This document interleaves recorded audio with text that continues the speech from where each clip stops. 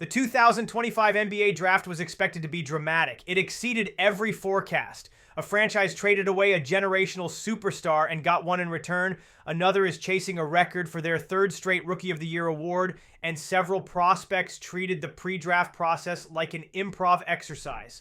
Tonight, we examine each unexpected turn and ask how one bewildering evening might reshape the league for years to come. Let's get right into it. Months after sending Luka Doncic to Los Angeles for draft capital and an aging Anthony Davis, Dallas GM Nico Harrison used the first pick on Duke prodigy Cooper Flagg, which wasn't surprising.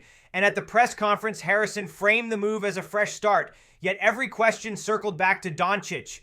Flagg's measured, almost guarded responses highlighted the enormous expectations now resting on a 19-year-old's shoulders. Ignoring any offers coming for the number 2 pick, the Spurs selected Rutgers combo guard Dylan Harper, hoping to follow Castle and Wembanyama with a third consecutive Rookie of the Year. The talent is undeniable. The spacing will be questionable.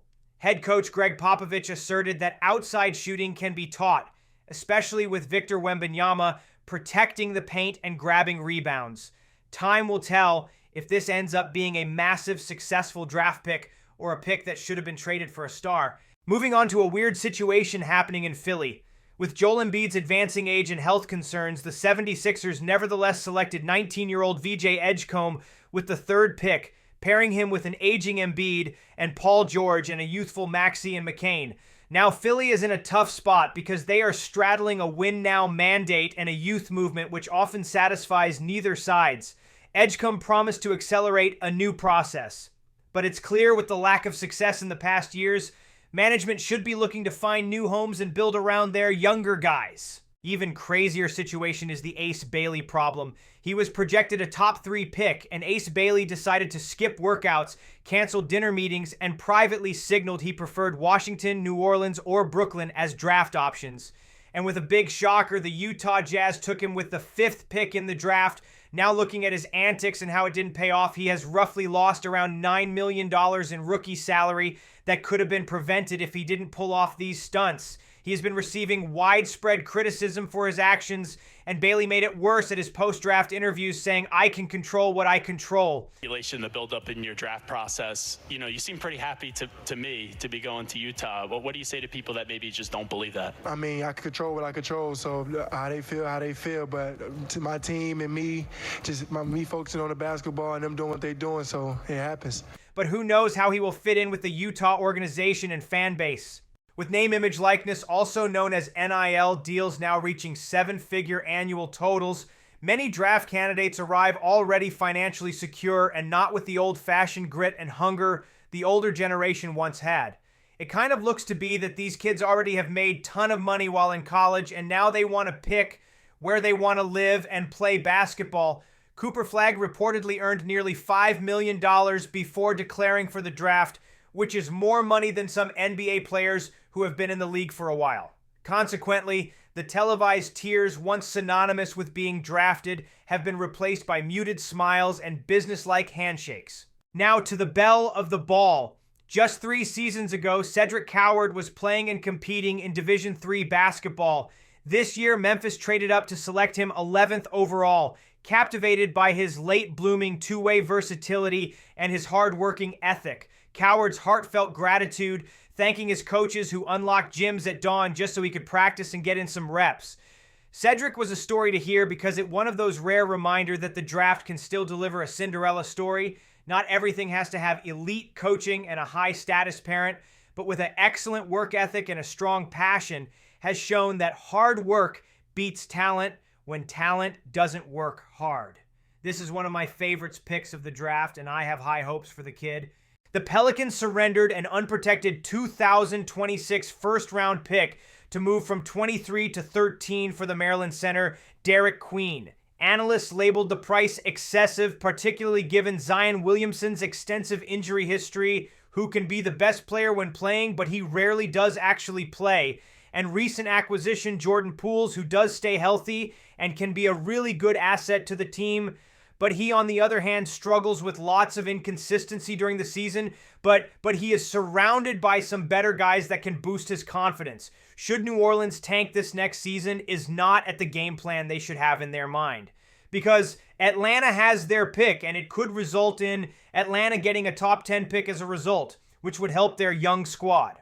The Suns traded for the 7'2" Common Maluak from Duke University at number 10, and hours later traded for the injury-plagued Mark Williams, who was supposed to be on the Lakers last season when they needed a center but failed the physical, so we will see if the gamble was the right choice. Devin Booker now has a lob partner for each half. I see this as a positive move for the Suns, who kind of mortgaged their future and lost all their picks, but sustained success will depend on their big man, and if they can stay flying, then they should see a massive jump from last season. Now moving on to the Windy City, selecting the 7 feet 1 inch Chinese prospect Hansen Yang at 16, which was approximately 30 positions above the consensus of where he should be drafted. But Portland sees something special in him that they were not willing to pass up, which drew both intrigue and skepticism from everyone in the league. Team executives compared Yang's passing vision to that of Nikola Jokic, who has been tearing up the NBA for these past few years, but critics pointed to a limited professional film of Yang, so this is a big gamble. Yang pledged to master English by training camp, which is awesome and shows he wants to get involved into the culture as soon as possible and make a name for himself, instantly becoming a fan favorite curiosity. Now looking at the French regime taking over the NBA, 3 additional French teenagers, Noah Essenge, Joan Berenger, and Nolan Traoré, crashed round 1, bringing the 2-year total of first-round Frenchmen to 9. It showed that the international landscape of basketball is growing, and it's only going to get bigger and bigger. I personally love seeing other countries taking the non-traditional sport in their country and playing basketball. I hope to see more international players and what they bring to the table. Now, this is not draft news, but making major headlines is the Boston Celtics. The Celtics, who still are fresh off a championship, even though the Thunder won this season. The Celtics already moved Drew Holiday and Kristaps Porzingis, who were a major part of their championship run, to new homes. Reports now suggest they are at least listening to inquiries about Jaylen Brown and Derek White, citing forthcoming second apron tax penalties. Now, this may become a major difference we will see in the NBA in this new era of basketball, because this will affect majority of teams when it's payday for their players, which is something I'm looking forward to. I'm tired of this paying multiple players lots of money and trying to build a super team. We need more teams with players that work together instead of in it for the money. While management downplays serious intent, the mere possibility of trading their other stars has still got their fans going crazy. In conclusion, the 2025 draft demonstrated that conventional wisdom is optional in the NBA. Dallas turned public outrage into future promise with Cooper Flagg. San Antonio assembled a potential Rookie of the Year triple crown. Philadelphia balanced on a strategic knife edge. Ace Bailey discovered the cost of self-orchestration. NIL influence muted ceremonies, yet Cedric Coward rekindled the magic. Trades from New Orleans and Phoenix risked tomorrow for today, while Portland embraced uncertainty in Hansen Yang. French prospects continued their ascent, and even champion Boston made seismic moves. Fans are often told to trust the process, but the draft proved the process is unpredictable and irresistibly compelling.